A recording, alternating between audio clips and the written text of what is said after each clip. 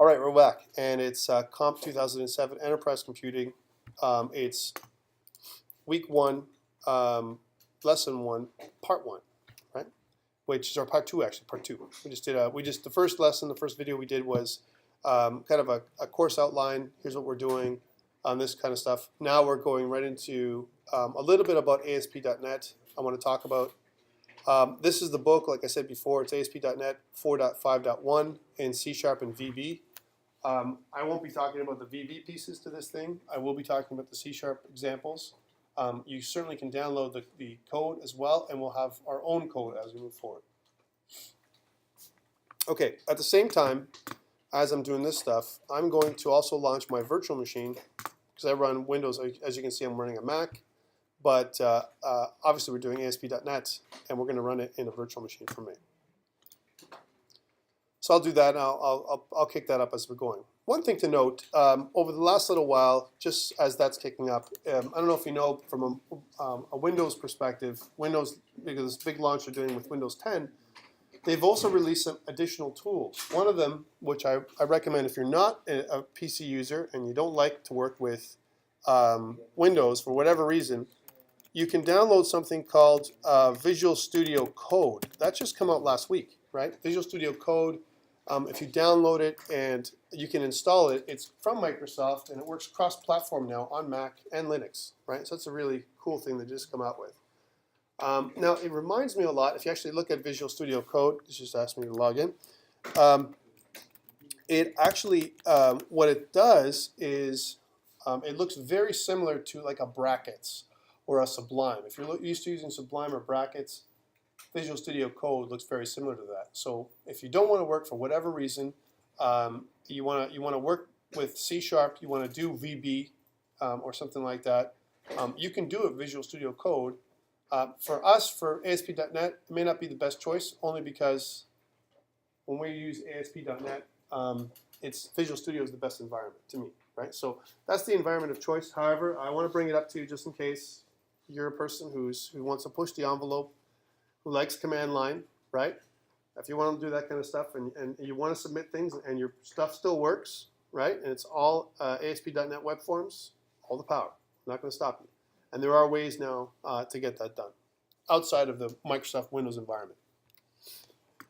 Okay, the other thing is that I recommend, and I know some people don't have this, if you haven't done this with me and you haven't downloaded the latest version of Visual Studio, I recommend going to your DreamSpark account, because that's where you can get it. So I think one piece of what we're going to be talking about today is, hey, I'm going to go to DreamSpark. I don't know why I'm at 150%, but let's go back down to 100%. Here's my DreamSpark account, and you guys have access to this as well. And you notice that Visual Studio 2013 is here. There's also Visual Studio 2015 preview. If you look through this thing, highly don't recommend the preview, only because it's still in preview form. And they're still working with different updates on that. Same thing with the technical preview for Windows 10. I don't recommend that you download and install Windows 10 as a preview and you work with this class on it. Some of you may want to do that. Some of you may be tempted. Highly don't recommend that you do such a thing. That would be bad. You're gonna have there could be some challenges for you, is what I'm saying. Especially if things change around July. Imagine that it goes from preview to release, and then you're working on the course. You got all your stuff there, and bam, you're shut down, right? We don't want that to happen. So again, if you go to DreamSpark, for those people who haven't done it before, we have to talk about that. And if I go into Visual Studio 2013, the version that I want is Update 4, right? You don't want to go into grab a Visual Studio without Update 4, even though we don't need TypeScript in this course, in this semester, right? Because TypeScript is one of the reasons why I use Update 4 typically. Which I think is a very powerful JavaScript tool. It's syntactic sugar for JavaScript. We talked about this before. Great stuff. Even though you don't have to use it or whatever, it does include Visual Studio Web Essentials, right? And of course well, this keeps loading. I'll go to the next thing. VS Web Essentials is where you get this. So when we use things like, yeah, this is going to spin out of control, buddy. VS Web Essentials.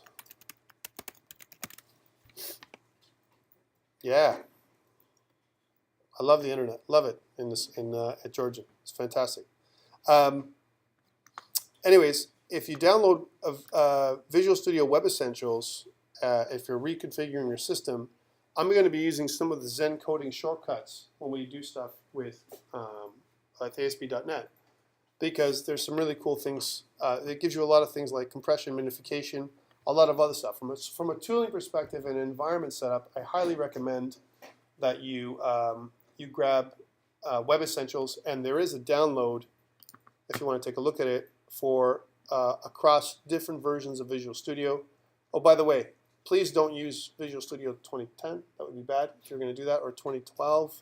There's some differences between these and 2013. You won't have the latest version of ASP.NET Web Forms 4.5.1 if you're doing it that way. It won't look the same, and it might be a little bit confusing. And again, I don't recommend this. But if I go to this one, there is if I go to download, the download page for a second, it says Web Essentials 2013 for Update 4, you see? So you need Update 4 for Web Essentials to kick in. So if you're going to set up your environment and make it look like mine as much as possible, again, I would download Visual Studio 2013 from your DreamSpark with Update 4. There's one that includes Update 4, right? Like from the get-go, so you don't have to actually install Update 4 afterwards. That would be bad. And then on top of that, you put Web Essentials 2013 for Update 4, and you're good to go. Then we're matched. We have a kind of a matched environment. So my environment and your environment will look the same. You seriously could use the computer in front of you. The computer in front of you isn't like that bad. So the PC in front of you will run Visual Studio 2013. Some of the examples might be slightly different than what I do, but it's not going to be something that's going to kick you out of realms of working efficiently or anything like that. You'll be fine. So why this Visual Studio Web Essentials stuff? Because for those people who haven't had me, again, it gives you some really cool code hinting and additional stuff you can do with HTML5. Like, for example, minification of HTML files, shortcuts with Zen coding, placeholder text and images with Lorem Pixel, and place it. This is really, really important, because when we build some of our examples today, I'm going to do some of this. And then you're going to be like, hey, what do you do? Right? Well, I'm using Zen coding, right? I'm using Emmett, which is the non-commercial name for, or the open source name. There's two kind of projects. One of them was called Emmett. Not sure what it looks like. Just as a refresher for people. Emmett, which works cross-platform. It works with, if you're someone who likes to work with brackets, and again, one day when my computer connects to the internet here. Worst case, I may have to plug in. So if you go to Emmett, and if you look at download, they do support different platforms, Sublime Text, and so on, brackets, which I like using those two, Notepad++ if you're up here a Notepad person, and other services as well. So Emmett was the same kind of shortcuts we do with Visual Studio Web Essentials, but they do it inside the other environments. So if you were going to run it there as well, and I'm curious to see whether Visual Studio Code will have something like a Zen coding or like that extra new platform. And again, Microsoft is trying to push for this open source kind of environment more and more these days. So we'll see how they compete. So a couple tools there so far. One more.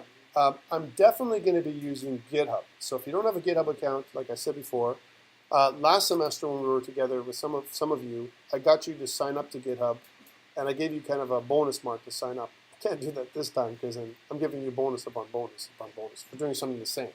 But I do require it. So what I would recommend is go to GitHub. This is where I'm going to be storing my stuff.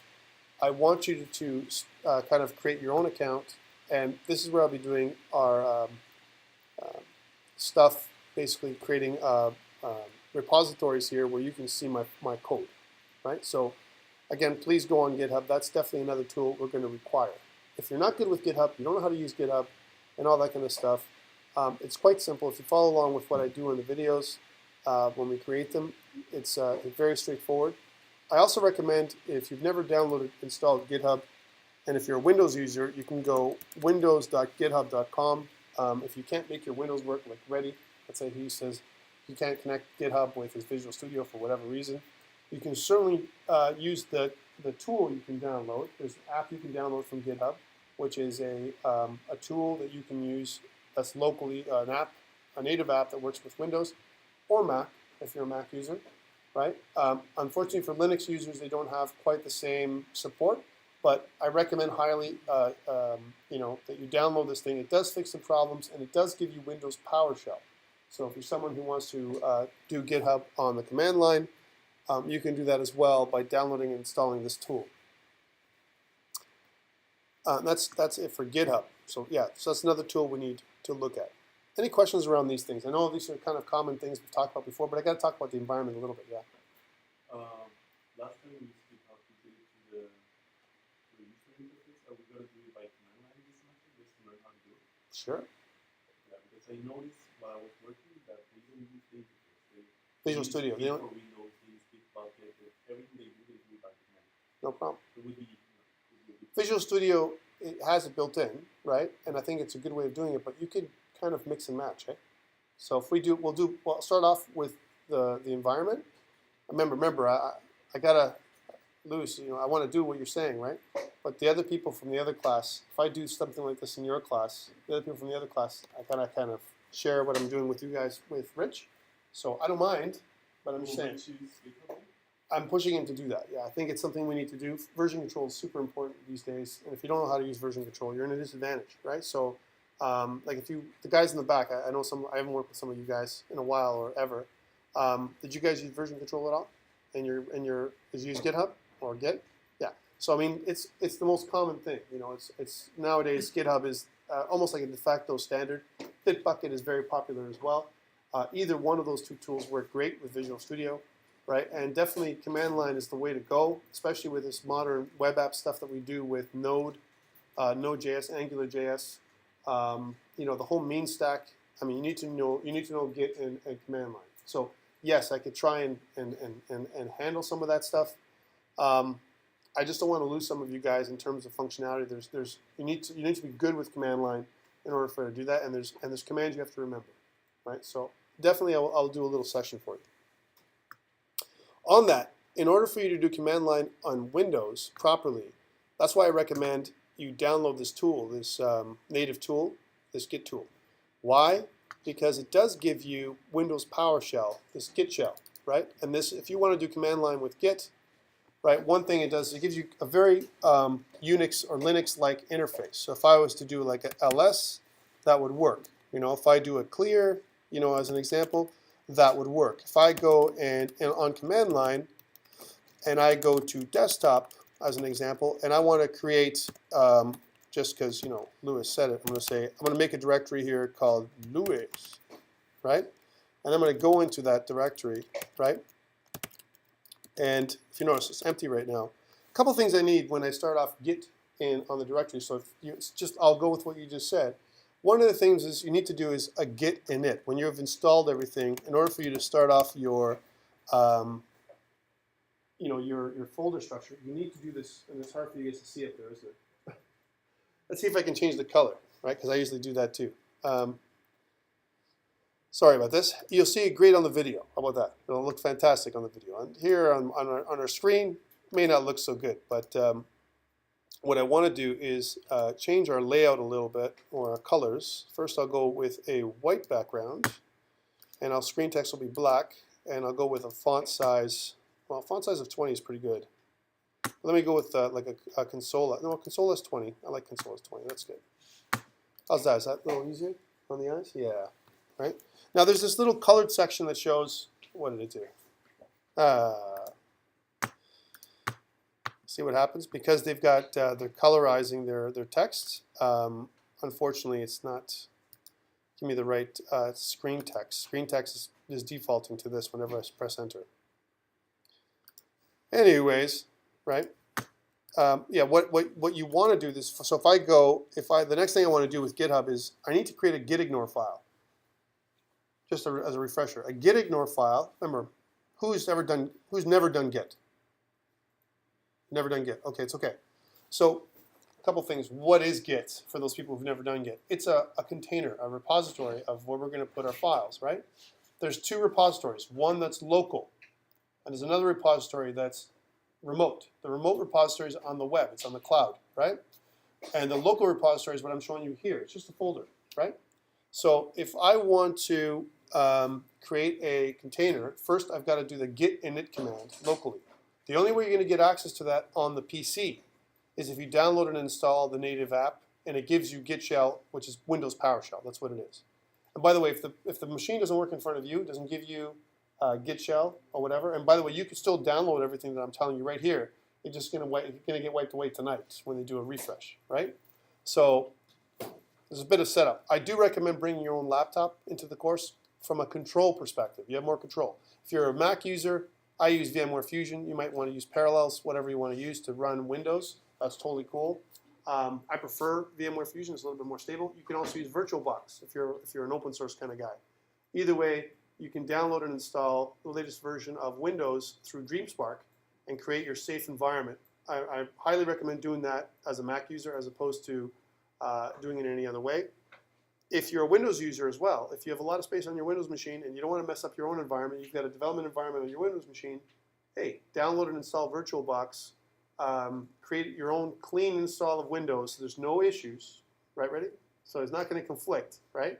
And then then you can't say anything. It's not something that you can. It's not a virus issue. You're not going to be hit up by other applications that are conflicting. None of that stuff. You can set up your clean environment. Let's say you don't have a laptop. Who doesn't have a laptop that they can bring it? Some people don't have that. If you don't have a laptop or you don't like bringing your laptop in, right? That's okay too.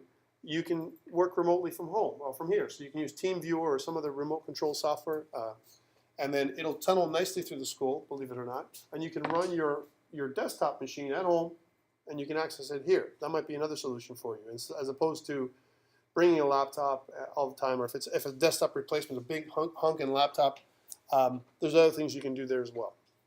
But anyways, back to this as an overview. Git it starts off with command line, right? And GitHub, it worked out to be in the cloud. See what you've done, Louis? You've made me talk about Git. It wasn't really my plan, right? But that's okay. That's the fun of teaching, right? The fun is you have to be flexible. You know what? I don't feel comfortable just talking about it. So what I'm going to do is I'm going to put up a PowerPoint presentation right now just to talk about Git and GitHub for those people who haven't had me before. I think it's a good plan. And so that way we're kind of on the same page. And I think I had it in getting started with GitHub. It was kind of a lesson 2 thing that I did last semester with COMP2007. I'll just convert this and put it up online for you guys for COMP2007. So again, what you need to do is you need to go online on GitHub for those people who haven't had it. I'm going to race through for people who've already done this, so please bear with me, right? You need to kind of sign up to GitHub. That's the first piece. And again, version control, it's a standard that we're using in the industry right now, and in the software industry, both on the web side as well as on the software development and software engineering side. We need to use some kind of way of when we have files, we want to basically have snapshots of where your files sit at a certain time, and then each snapshot is going to have a named commit, or you're going to name the snapshot. Okay, so revision control is really cool because you can also do comparisons. I can compare my code from before to now, and I can see what the changes are made and what happened, how come it worked before and it doesn't work now, and what I did that's different. I can always revert back to what I did before. Git started as a Git command line back in 2005, and for the last 10 years, pretty much Git has become more and more popular until now. It's more of a social coding environment where you can actually find files on Git. A lot of people share their new projects on Git, open source projects that we work together. We can collaborate nicely on Git and so on GitHub. And of course, GitHub is the platform, the web platform that they've created for you. When you sign up, there's 2 pieces to Git, one locally and the other one remotely, like I said. And there's many ways to connect to it. One of the ways I showed you was to connect via Visual Studio. We're going to talk about that again for those people who have done it. And the other way is to connect command line or with a native app. You can ask a question. It's okay. You don't have to. It's okay. There's a couple reasons why I like it, and I've said it before. For when we do these things before, I like it for 3 good reasons. Version control. I think it's a standard when it comes to project management. If you run a project, you need to have some kind of version control, right? And it's, again, from an ISO 2001 perspective, COBIT, call it whatever you like, ITIL, different standards. It's a standard for us to have version control when we do release management. Okay. 2, keep your code in one place. You don't have to run around with your thumb drive, right? Running around and then you lose it, or you have a code base at home and you have a code base here on this computer and they're different. You don't need to do that. And the third thing is, of course, is collaboration, which we've done before with teams. We have a team project. You want to collaborate. I can see what one person's done and the other person's done together, and then you get your your final version up on Git. 3 good reasons. Again, we talked about the Git client. There's 2 versions, Windows and Mac, as well as you need to have a Git account in order for you to make all that work.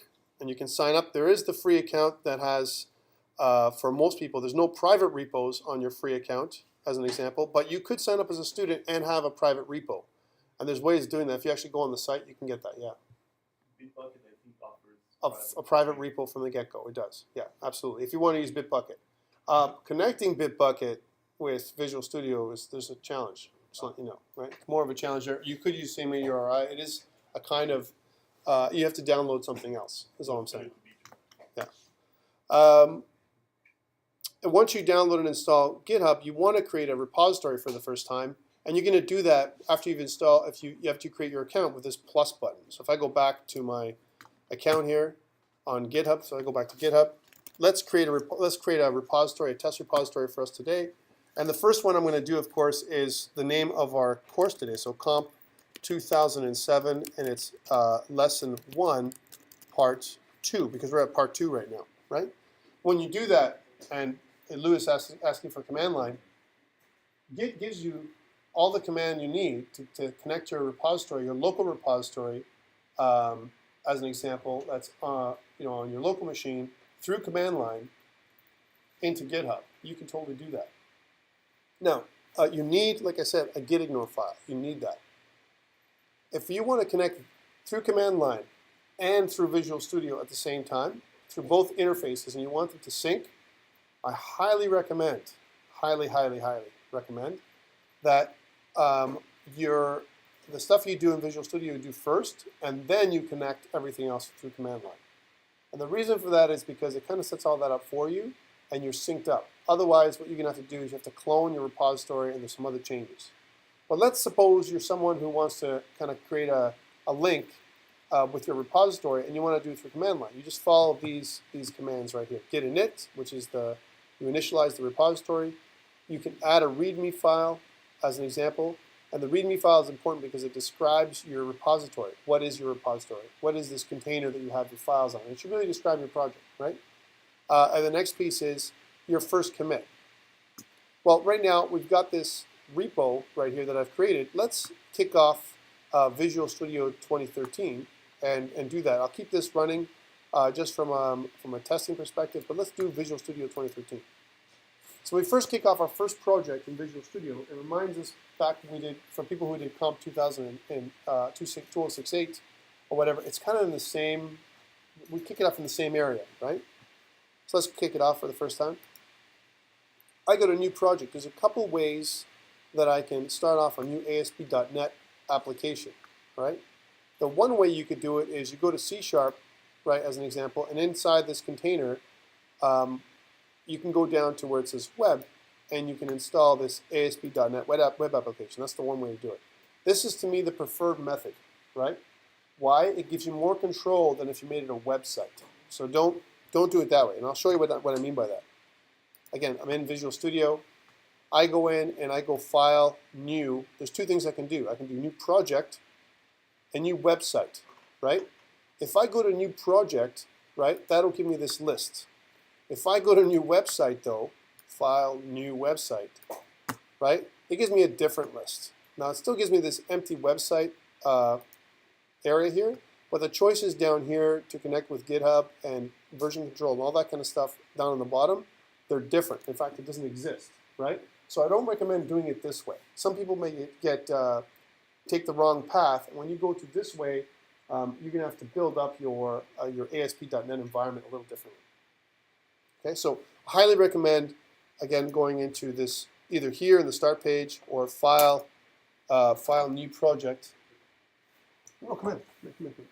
For you guys who don't know Rich, sorry, I'm also recording. So now you're on now you're on YouTube, right? So I'm recording. Fantastic. So Rich is the other professor. We're going to be working closely together. Again, like I said earlier, you can always switch into Rich's class if it doesn't suit that week for whatever reason, scheduling doesn't suit you, because we're going to be covering the exact same material. There's nothing different. Maybe a different flavor the way I do compared to Rich does, because I'm not rich, right? I'm going to try and be rich, right? But and I mean that in both ways, by the way, the pun, right? So Mondays and Wednesdays. There you go. Upstairs. Yeah, there you go. Are my sections. That's your first YouTube. That's it. You're on YouTube now. What time are you done? 1 to 2. I'm going to be here. So if you want to come by, I'm here. Okay, so you got a break at 1. Okay. Okay, well, thanks. So Mondays and Wednesdays for Rich. Sorry for that interruption.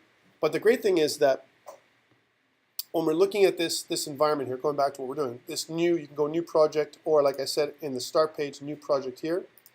It's the same thing we kind of did in COMP2007 for those people who are with me. You go new project, and again, bear with me, guys. For those of you who are with me, we've done this a lot of times, and I'm going to bore you to hell for today. But for the people who haven't been with me, I got to kind of show them what to do as well. So please bear with me. All right, so I would go here into C#. Again, we're going to make it so that your environment, I recommend when you download and install Visual Studio 2013, your default environment should be C#, because that's what we're going to be using as a backend, right, for our web development.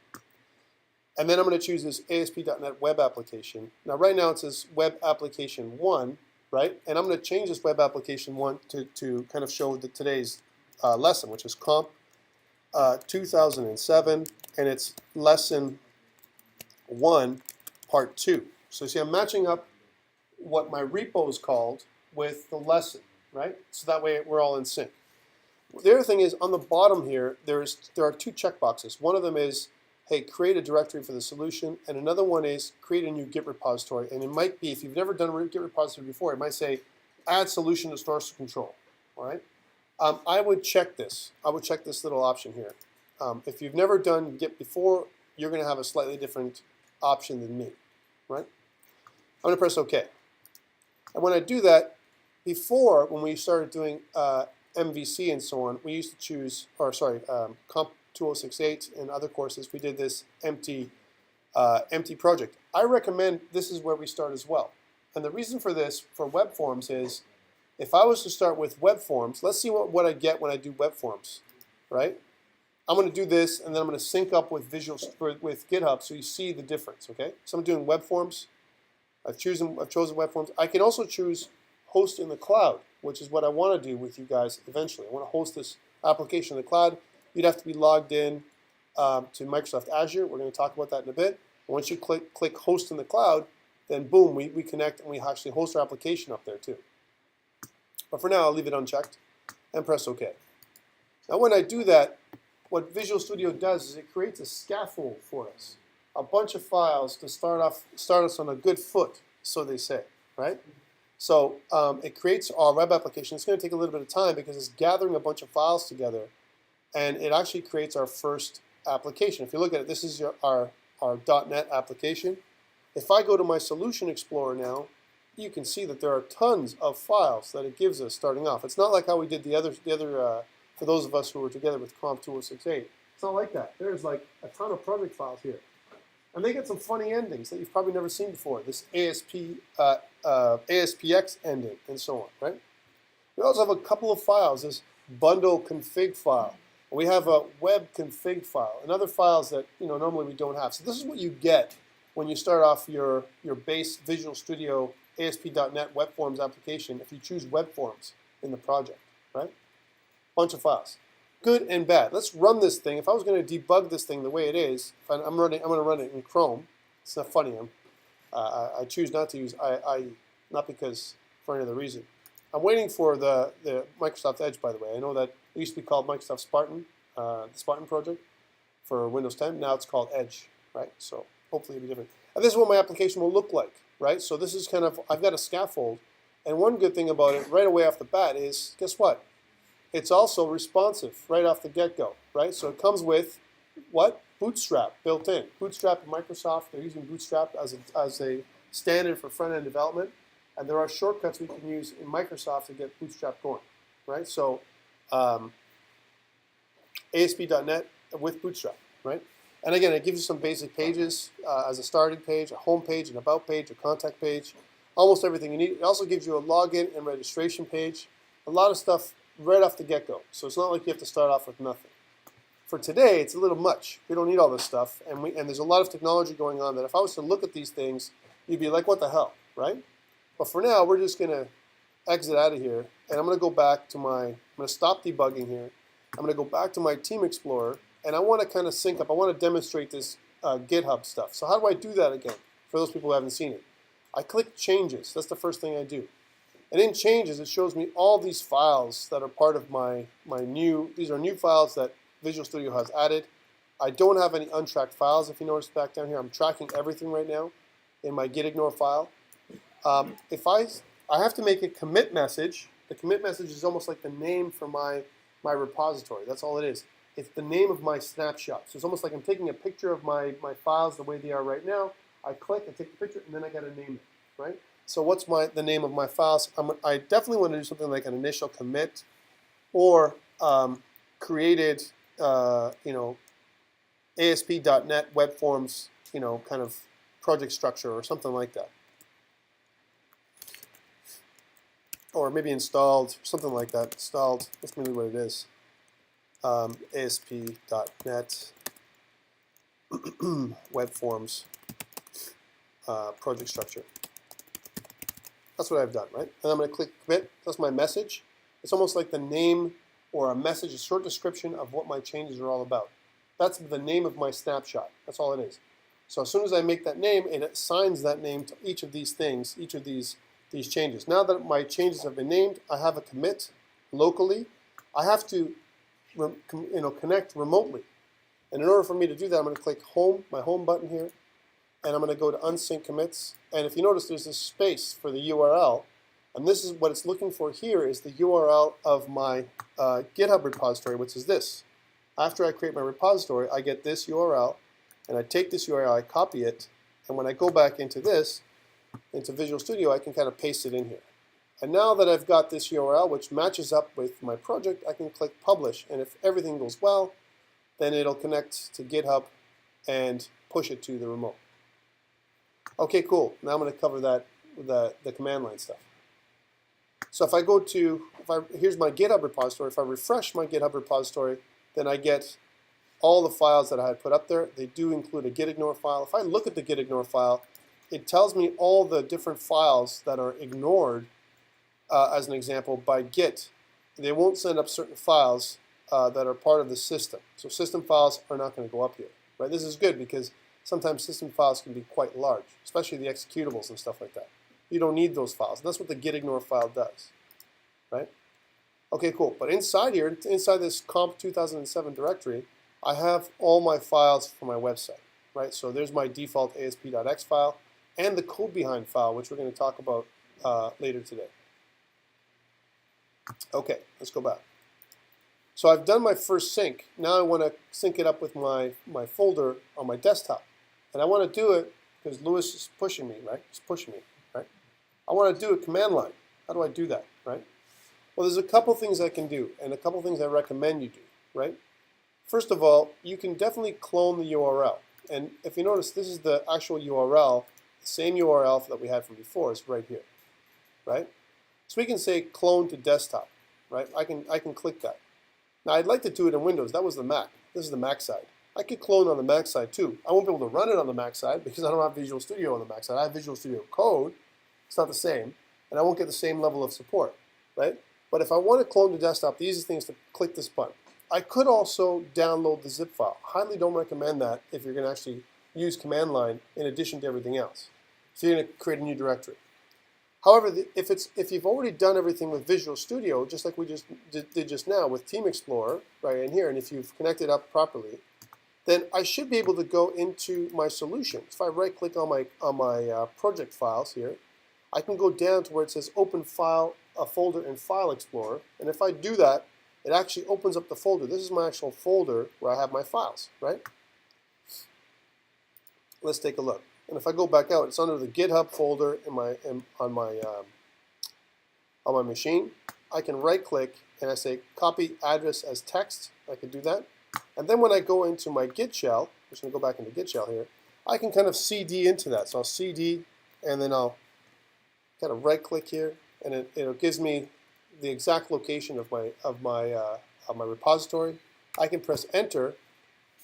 Of course, I get funny text, but and you guys can't see a darn thing that I got here, because this is just the way I roll. How about that? I'm just going to change back to black. Back to black, babies. Back to black. Screen background is going to be black. So, and I'm going to clear the screen here for a second. So if you look at it, maybe you can at least see it this way. If you look at it, I do have my gitignore file, and it does show that I have a master file here. That's what it does, right? So basically, I'm in tune, I'm in sync with the master repository, the master branch that exists up on GitHub, right? I have my local Git that I'm using right here locally, and my GitHub repository is remotely, and they're in sync. This is what this blue or teal color is showing us. But what if I wanted to add in a README file? Could that screw me up on the Visual Studio side? Let's see, can I screw myself up? I want to try it. I want to try it, right? First thing you got to do is use the touch command. If you have Visual Studio and you've got the PowerShell here, which is Git shell, I can say touch, right? And I can say readme.md. MD, the extension MD stands for Markdown, right? That's what it is, a Markdown file. Okay, cool. I've done that, and it shows me this red. Now it's red. You guys can't see it here because we have lousy visibility here. If I was, maybe I could turn down the thing all the way down here. I don't know if that makes it any better at all, but still can't see it, right? It's still not any better. But let's leave it down like this for now because we have lots of light from the windows. In here, and again, my voice is not going to carry to my laptop. So when on the video, you're going to hear me go rah rah rah, right? But in here, if you notice, right in here, there's if you try it yourself, there's a plus, there's a minus, and there's a minus. It means that there's something that I've added. I've added a file called readme.md, right? And what I need to do is I need to fix this. I have to add this into my commit. I have to make a commit now for my readme. First, before I do that, I want to add a couple things into my readme file. And the way to do that is I can do an echo command, echo. And in my echo command, I want to kind of push something there into the file. I want to say something like my pound key, and I'm going to use this. This is basically my first headline. Is going to the name of my project, which is COMP2007, and then it is lesson 1, part 2, which is the one we're doing right now. And then I'm going to pipe this into my readme.md, right? Now, if I was to actually look at this thing, so I go back into my file explorer here, I have a readme.md file. This is my project folder, right? And if I look at this thing, if I actually I open it up in brackets or Sublime, it just shows that. That's exactly what it shows. So, error opening file. Love it. It's fantastic. Let me just. Yeah, not really. UTF-8, yeah, that's why, because it only handles a UTF-8. I could probably open it in Sublime, though. Hold on a second. There we go.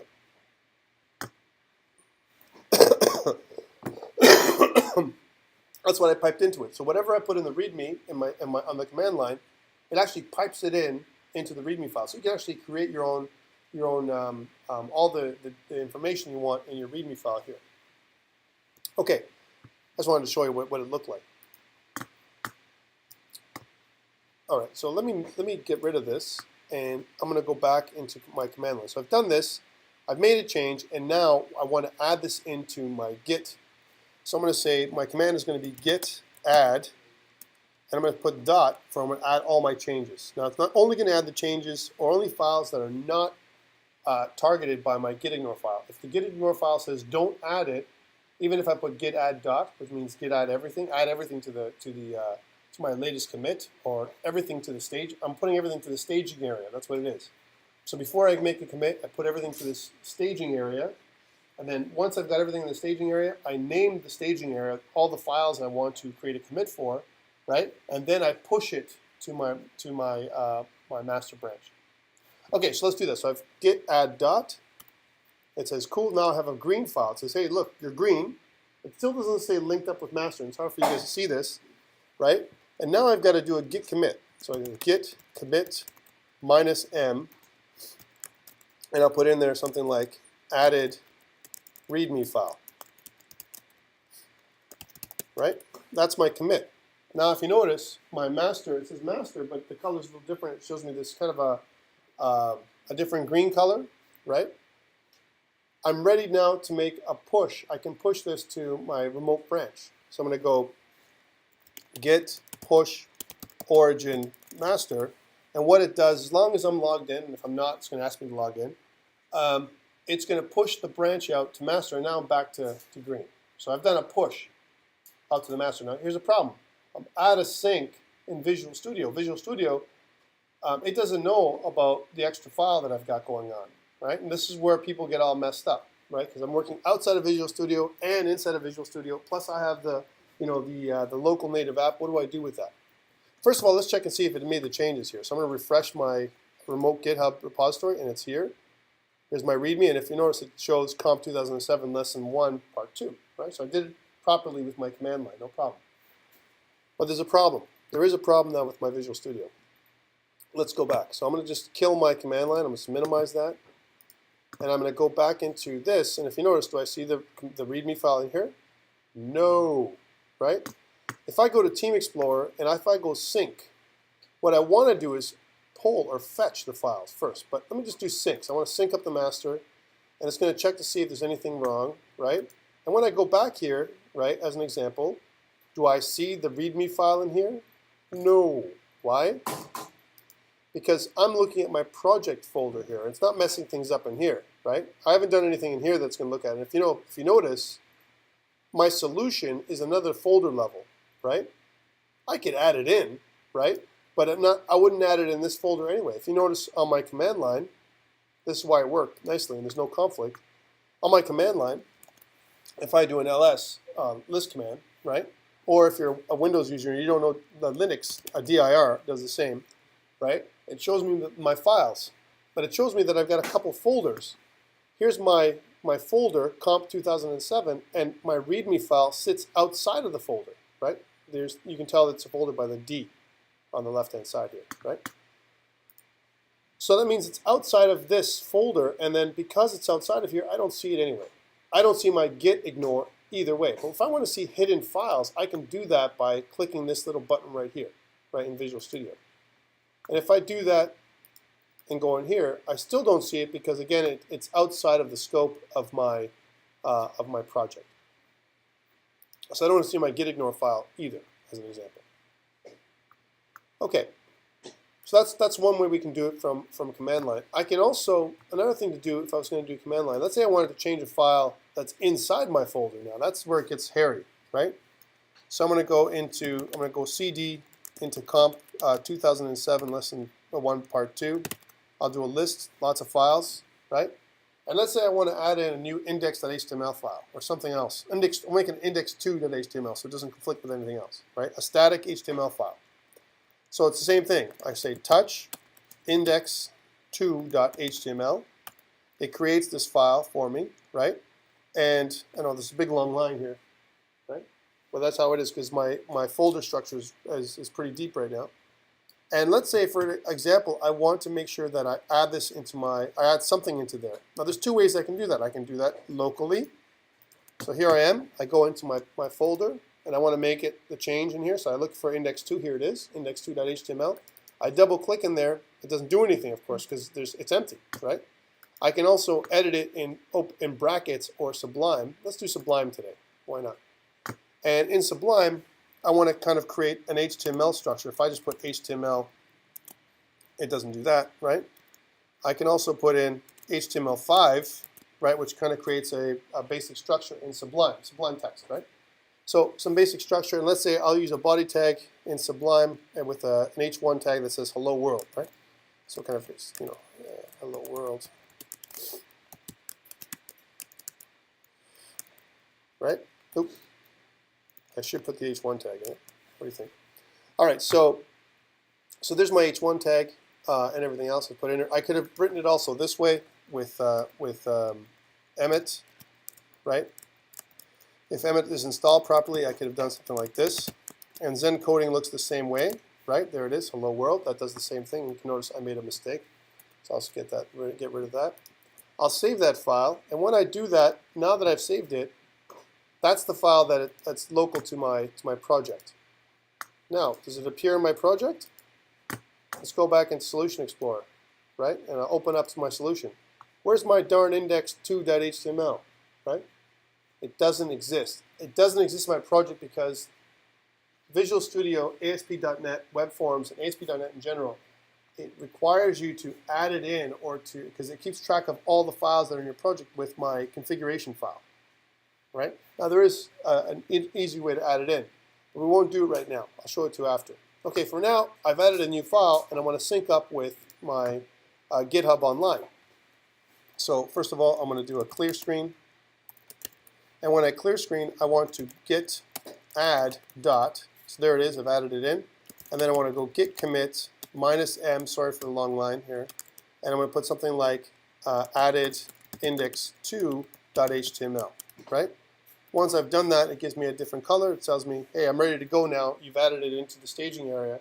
If I say git status, right? Git status shows me I'm ahead of the branch, my origin master by 1 commit. If I do a git log, it shows me all my commits. These are all my commits in order. That's the way I can do it locally, right? And if I want to sync up with everything with Git, I can go git push origin master, and what I do is I push that, my local branch to the master branch, right? And now that I've done that, I've got an extra file. I've got an extra file here in my my project. I'm just going to refresh here. If I go into my project, up online, right, I should be able to see an index2.html somewhere. There it is. Right, so that worked. Now the problem is, let's go back in Visual Studio. I still don't see it, right? If I refresh, if you notice there's a little refresh button, I can refresh and index2.html will appear, but unless I actually add it in, it's there, right, as an example, but it's not part of my project. We'll talk about that in a second. So let's go back to Team Explorer. I definitely want to create a sync at this point because I've got a kind of two different things going on. But hold on a second. If I go back after I sync, is it still there? No, it's not there. And the way we can add it, of course, is to physically go to the command line or to the folder. Right here it is. It's the exact folder. This is the easiest way to do it. Or we can add existing files. We can do that too. But if I just drag and drop this across into my project, it just appears now. Right? It's the same thing. Right? So if I double click on this, I should be able to see the changes I made. Here's my hello world right in Visual Studio. So you can't just add a file to Visual Studio just like before. You have to add it through, in a proper way. Otherwise, Visual Studio ASP.NET Web Forms won't see the file, just like it didn't see it when we did our COMP2007. So everything's synced up. I can do it on the command line. I can do it within Visual Studio, and there's no conflicts. Right? Any questions around that? I know it kind of went fast for people who haven't seen GitHub before, but I will put up the GitHub PowerPoints that you can follow along and create your own GitHub account and so on. Okay? I'm going to be requiring GitHub again from an assignment perspective. So if you don't have GitHub or you're not good with it, I need you to practice with it. Any questions around this before I stop this one? And we should probably take a small break, because people are drowning. Right? All right.